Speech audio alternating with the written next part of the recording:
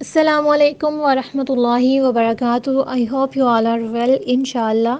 سورة البقرہ آیت نمبر 114. ومن أظلم ممن منع مساجد اللہ ان یذکر فیہا اسمہ وسعی فی خرابها. اور اس سے بڑا ظالم اور کون ہے جس نے اللہ تعالیٰ کی مسجدوں سے روکا کہ ان میں اس کا نام لیا جائے اور ان کو ویران کرنے کی کوشش کی. اللہ سبحانہ وتعالیٰ کن لوگوں کو سب سے بڑا ظالم کہہ رہے ہیں؟ جو اللہ تعالیٰ کی مسجدوں میں اس کے نام کی یاد سے، نیکی اور اطاعت کے کاموں سے، نماز پڑھنے سے اور ذکر کرنے سے روکتے ہیں، اور جو مسجدوں کو ویران کرنے کی کوشش کرتے ہیں. پہلے نبی کریم صلی اللہ علیہ وسلم کے دور کی بات کریں گے اور اس کے بعد آج کے دور کی. 6 ہجری میں قریش نے مسلمانوں کو عمرہ کرنے سے روک دیا تھا.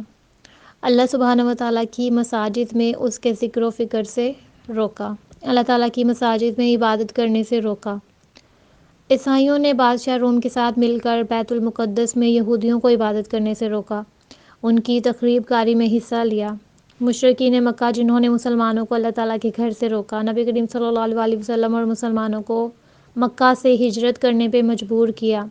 بیت اللہ میں مسلمانوں کو عبادت کرنے سے روکا. صلح حدیبیہ کے موقع پر مسلمانوں کو عمرہ کرنے سے روکا. اور بہت سارے ایسے ہی مواقع جو کہ غیر مسلمز نے مسلمانوں پر ظلم ڈھائے اور ان کو اللہ سبحانہ وتعالیٰ کی عبادت سے روکا، چاہے وہ مسجدوں میں، چاہے وہ کہیں بھی گھروں میں اور اس کے علاوہ بھی. یہ آیت اس بات کی دلیل ہے کہ مساجد کی تعمیر اور انہیں ظاہری اور معنوی طور پر عبادت کرنے سے بڑھ کر ایمان والی کوئی اور بات نہیں ہو سکتی. جیسے کہ اللہ سبحانہ وتعالیٰ سے توبہ آیت نمبر 18 میں فرماتے ہیں، یقیناً اللہ تعالیٰ کی مسجدوں کو وہی آباد کرتا ہے جو اللہ تعالیٰ اور آخرت کے دن پر ایمان لایا. اللہ تعالیٰ نے اپنے گھروں کو بلند کرنے کا اور ان کی عزت کا حکم دیا ہے. سورہ نور آیت نمبر 36 میں آتا ہے کہ اس کی روشنی پانے والے ان گھروں میں ہوتے ہیں جن کے بارے میں اللہ تعالیٰ نے حکم دیا ہے کہ وہ بلند کیے جائیں. اور یہاں کیا مراد ہے؟ مسجدیں. معنوی اور حصی دونوں اعتبار سے ویران کرنا یہاں پر مراد ہے. حصی ویرانی کا مطلب ہے کہ اجاڑ دینا، ان میں گندگی پھیلانا. اسی طرح معنوی ویرانی کا مطلب ہے کہ ان مساجد میں اللہ تعالیٰ کے ذکر سے روکنا. اور یہ عام ہے اس زمرے میں کہ وہ تمام لوگ جو کہ کسی بھی طرح سے روکتے ہیں، چاہے وہ سیٹیاں بجا کر تنگ کرتے ہیں، چاہے وہ مسجدوں میں آنے سے ویسے ہی روکتے ہیں، راستے میں کچھ خرابیاں پیدا کرتے ہیں. اس میں اصحاب فیل بھی شامل ہیں اور قریش والے بھی شامل ہیں جنہوں نے حدیبیہ کے سال رسول صلی اللہ علیہ وسلم کو مسجد حرام میں داخل ہونے سے روک دیا تھا. تو اس میں کتنی زیادہ چیزیں آ جاتی ہیں نا کہ جس طرح بھی انہوں نے روکنے کی کوشش کی. تو یہ ساری چیزیں معنوی ویرانی میں آتی ہیں. اور ساتھ ہی اس میں وہ لوگ بھی آتے ہیں جو کہ نصرانی تھے، اہل ظلم تھے. انہوں نے اللہ تعالیٰ کی مخالفت کی، پوری طرح سے مخالفت کی اور بیت المقدس کو ویران کیا. اللہ تعالیٰ نے بھی پھر ان کے کرتوتوں کی یہ سزا دی کہ ان کو شرعی اور تقدیری طور پر مسجد اقصیٰ میں داخل ہونے سے منع کر دیا، سوائے ان کے کہ وہ ڈرتے ہوئے ذلت کے ساتھ، انکساری کے ساتھ داخل ہوں. پر جب انہوں نے پھر اللہ تعالیٰ کے بندوں کو خوف زدہ کیا، اللہ تعالیٰ نے بھی ان پر خوف مسلط کر دیا. آپ دیکھیے کہ پہلے بیت المقدس کو تباہ کیا گیا، لیکن پھر اس کے بعد وہ فتح ہو گیا تھا. حضرت عمر رضی اللہ تعالیٰ عنہ نے اس کو فتح کیا تھا. پھر جو اس مسجد کو تباہ کرنے والے تھے ان کا آنا وہاں پر کیسا تھا؟ ذلت کے ساتھ. وہاں پر ان کی زندگی اچھے سے نہیں گزر سکتی تھی. اس کے بعد پھر جیسے مکہ والوں نے نبی کریم صلی اللہ علیہ وسلم کو، صحابہ کو ہجرت کرنے پہ مجبور کیا، تو اللہ تعالیٰ نے بھی مکہ والوں پہ ذلت مسلط کی. بعد میں مکہ فتح ہو گیا اور مسلمان وہاں پر آباد ہو گئے.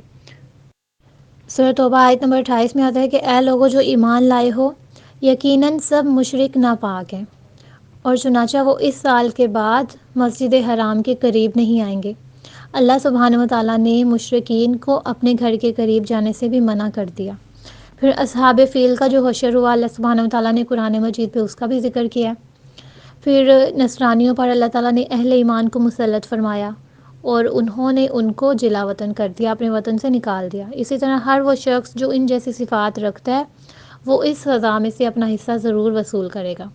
یہ بہت بڑی نشانیاں ہیں جن کے واقعہ ہونے سے پہلے ہی اللہ سبحانہ وتعالیٰ نے آگاہ کر دیا تھا، اور یہ اسی طرح واقع ہوئی جس طرح سے خبر دی گئی تھی. اللہ سبحانہ وتعالیٰ کا وعدہ ہر دور کے لیے ہے. جب بھی ایمان لا کر عمل صالح ہوں گے، یعنی پکے سچے مومن ہوں گے، تو اللہ سبحانہ و تعالیٰ ان کو غالب کرے گا۔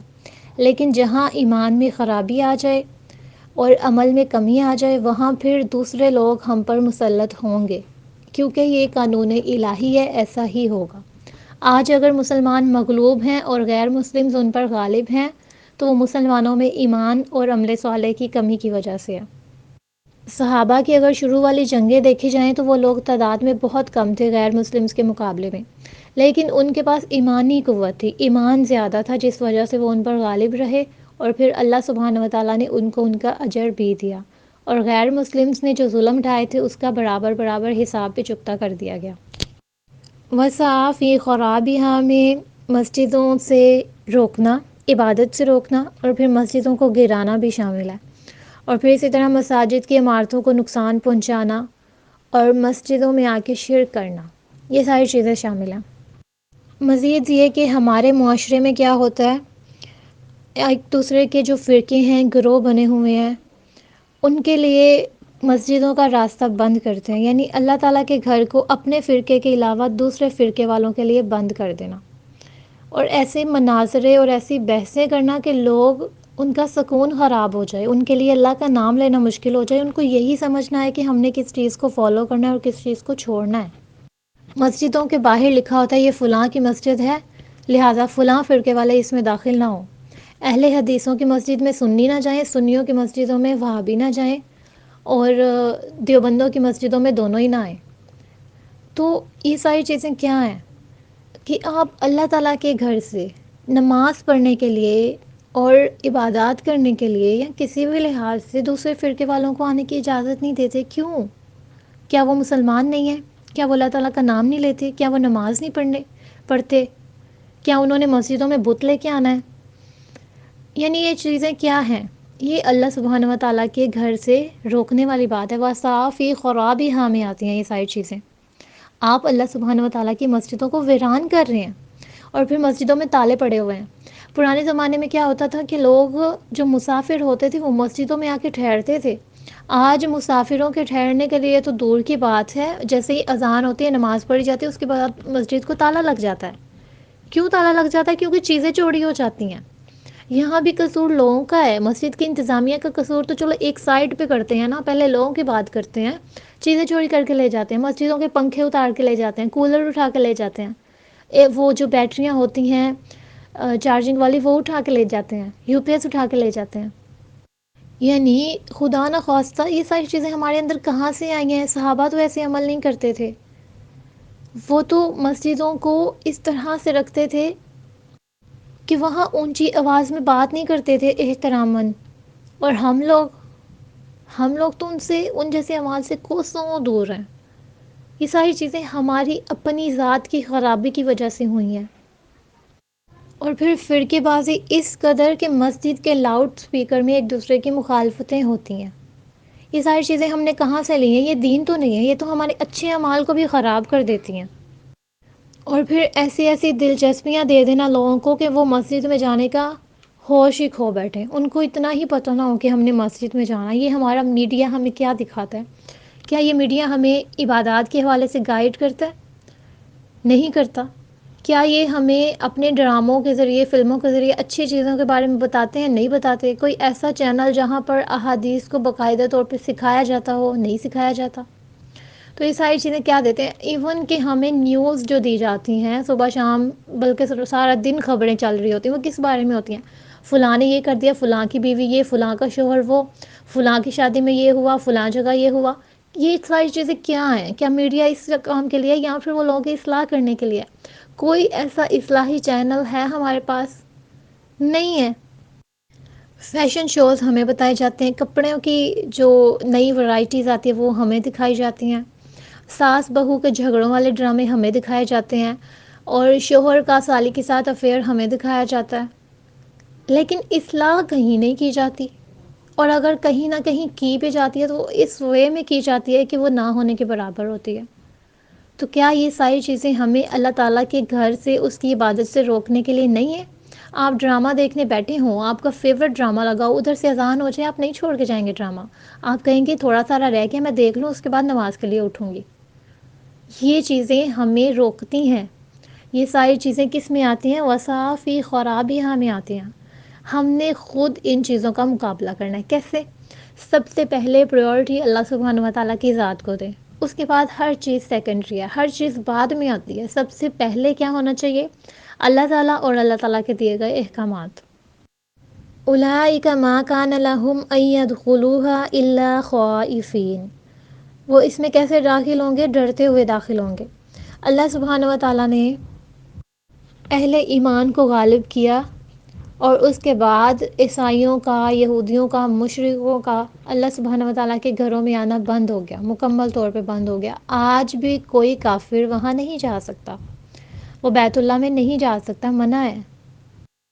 آپ جائیں ہاں ذرا سعودیہ میں، وہاں آپ کو کوئی مشرک نظر نہیں آئے گا. وہاں پر جا کر جو لوگ شرک کرنے کی کوشش کرتے ہیں ان کو بھی منع کیا جاتا ہے، اور وہ واپس آ کے پتہ ہے کیا کہتے ہیں؟ وہ سعودیہ تو ہے ہی اہل حدیثوں کا. یعنی واٹ از دس؟ کیسے اہل حدیثوں کا ہے؟ جو بندہ زیادہ اسلام کے قریب ترین لگتا ہے، یا پھر وہ جسٹ بیسکس کو رکھ کے اور ادھر ادھر کی چیزوں میں نہیں پڑتا، اس کو کہتے ہیں وہابی ہو گیا. مجھے یہ سمجھ نہیں آتی ہے کہ لوگ میرے پاس آتے ہیں جب، تو وہ کہتے ہیں آپ ہی لوگ آپ کو یہ نہیں کہتے کہ آپ وہابی ہیں. میں نے کہا آپ کو میں وہابی لگتی ہوں؟ کہنے لگی نہیں، جہاں تک میں نے سیکھا ہے، مجھے پتہ ہے، میں نے احادیث کو جانا ہے، آپ صرف اوتھینٹک بات کرتی ہیں. لیکن ہمارے ہاں جو چیزیں یہ فالو کی جاتی ہیں، یعنی اوتھینٹک چیزیں لی جاتی ہیں، ادھر ادھر کی چیزوں میں نہیں پڑھا جاتا، لوگ ان کو کہتے ہیں وہابی. تو میں نے کہا پھر ہر دور میں اسی طرح سے باتیں کی گئی ہیں. نبی کریم صلی اللہ علیہ وسلم اور صحابہ کو تو صابی کہا گیا کہ بے دین ہو گیا ہے، باپ دادا کے دین کو چھوڑ دیا ہے، اس کا تو کوئی دین ہی نہیں ہے. تو میں نے کہا شکر ہے، چلو مجھے مسلمان تو کہتے ہیں نا لوگ، کسی بھی فرقے سے تعلق بنا دیں، مسلمان تو سمجھتے ہیں، اتنا کافی ہے. سو دا پوائنٹ از دیٹ سنت رسول اور احکامات الہی، ان دو چیزوں کو ہم نے تھام لینا ہے. قرآن اور سنت ہماری رہنمائی کرنے کے لیے کافی ہے. ان چیزوں کو اپنائیں. آپ بہت زیادہ چیزوں میں پڑھے ہی نہیں. اگر آپ کو لگتا ہے یہ سمجھ نہیں آتی کس چیز کو فالو کریں کس کو نہیں کریں، تو جسٹ بیسکس کو لیں، ان احادیث کو لیں جو کہ اوتھینٹک ہے، جن میں کوئی اختلاف نہیں ہے. ان ساری چیزوں کو فالو کرتے ہوئے اسلام کو فالو کریں. آیت کے اس حصے میں اللہ سبحانہ و تعالیٰ نے مسلمانوں کو ان کے غلبے کی پیشن گوئی کی تھی کہ یقیناً تم لوگ غالب آؤ گے، اور مشرکین مکہ اس میں ڈرتے ہوئے داخل ہوں گے. پھر اللہ سبحانہ و تعالیٰ کے نبی محمد صلی اللہ علیہ وسلم نے سب کو معاف کر دیا تھا، اور لوگ اس وقت بھی جوک در جوک اسلام میں داخل ہوئے تھے. ایک تو نبی کریم صلی اللہ علیہ وسلم کے اخلاق کی وجہ سے، دوسرا ان کا اتنے کم عرصے میں غالب ہو جانے کی وجہ سے لوگوں میں ہیبت بیٹھ گئی تھی. لوگ خوفزدہ ہو گئے تھے کہ یہ کون لوگ ہیں، کیسا ایمان ہے ان کا کہ یہ لوگ غالب آ رہے ہیں. لہم فی الدنیا خزی ولہم فی الآخرۃ عذاب عظیم. اور پھر کیا ہوا؟ ان کے لیے دنیا میں بھی رسوائی ہے، اور آخرت میں بھی ان کے لیے بہت بڑا عذاب ہے. کن لوگوں کے لیے؟ جو لوگوں کو مساجد کی ویرانی کرنے کے لیے اکساتے ہیں، جو اللہ تعالیٰ کے گھروں میں عبادت کرنے سے روکتے ہیں، جو مسجدوں پہ تالے ڈالتے ہیں، جو باہر فرقوں کی لائنیں لکھتے ہیں کہ فلاں فرقہ نہیں آئے گا. کیوں نہیں آئے گا؟ کیا وہ مسلمان نہیں ہے؟ کیا یہ مسجد آپ نے اللہ کے نام پہ نہیں بنائی؟ اگر تو فرقوں کے نام پہ بنائی ہے تو چلو ٹھیک ہے، اپنی مرضی کرو، لیکن اگر تم اس کو اللہ کا گھر کہتے ہو تو پھر آنے تو جو آنا چاہتا ہے. اللہ سبحانہ و تعالیٰ ہمیں صحیح سے دین کو فالو کرنے کی اور ان تعلیمات کی پیروی کر کے ان پر عمل کرنے کی توفیق عطا فرمائے. آمین ثم آمین. جزاکم اللہ خیرا.